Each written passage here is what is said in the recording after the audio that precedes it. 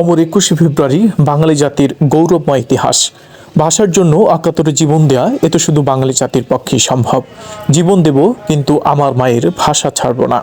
অকুতোভয় সেসব বীর সাহসীদেরকে বিনম্র চিত্তে স্মরণ করল বাংলাদেশের জামায়াত ইসলামী শার্শা উপজেলার যুব বিভাগ। শার্শা থানার জামাত ইসলামীর যুব বিভাগের সভাপতি আবুল কালাম আজাদের পরিচালনায় আন্তর্জাতিক মাতৃভাষা দিবস ও ভাষা দিবস উপলক্ষে র্যালিও দোয়া 2024 অনুষ্ঠিত হয়েছে।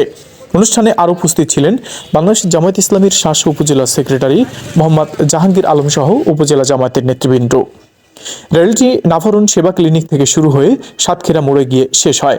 উপজেলা সেক্রেটারি জেনারেল মোহাম্মদ জাহাঙ্গীর আলম বলেন, 52-র মতো যদি আবার কখনো বাংলা ভাষাকে নিয়ে কোনো ধরনের ষড়যন্ত্র হয়, তাহলে বাংলাদেশ জামায়াত ইসলামী তার দাঁত ভাঙা জবাব দিবেন। তিনি বলেন, ইংরেজি ভাষার পাশাপাশি দেশের সকল সেক্টরে বাংলা ভাষার অনুলিপি থাকতে হবে। বাংলাদেশের ইতিহাসে বাংলা ভাষা রাষ্ট্র করার জন্য বাংলাদেশের ইতিহাসে অনেক অসংখ্য ভাইদের শাহাদতের বিনিময়ে আমরা আমাদের এই বাংলা ভাষা পেয়েছি। এজন্য আমাদের এই ভাষা আমাদের কাছে মায়ের ভাষার মতন।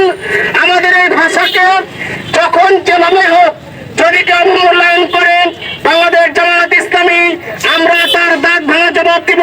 এবং আগামী দিনে আমরা আহ্বান করতে চাই, রাষ্ট্রীয় যে কোনো জায়গায় ইংরেজি ভাষা হোক আর যাই হোক, বাংলা ভাষায় তার অনুলিপি করতে হবে। তিনি আরও বলেন, 1952 সালে ভাষা আন্দোলনে জামায়াত ইসলামীর সাবেক আমির এবং তৎকালীন ঢাকা বিশ্ববিদ্যালয়ের ডিএস গোলাম আজমের যে অবদান আছে তা জাতির কাছ থেকে গোপন রাখা হয়েছে। তিনি বলেন, এ ধরনের বৈষম্য এখন দেশের মানুষ চায় না। আজকে বাংলা ভাষার জন্য আমাদের ইতিহাস বিকৃত করা হয়।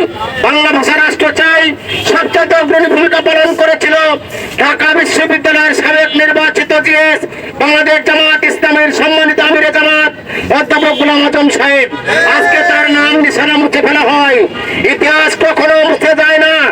অধ্যাপক গোলাম আজম সাহেবের অবদান বাংলা ভাষা রাষ্ট্রের শত শত মানুষের, কোটি কোটি মানুষের হৃদয় আজকে কেটে গিয়েছে। পরবর্তীতে মাওলানা ইয়াহিয়া সাহেবের নেতৃত্বে দোয়া ও মোনাজাত পরিচালিত হয়। ইসমাইল হোসেন, নিউজ শার্শা।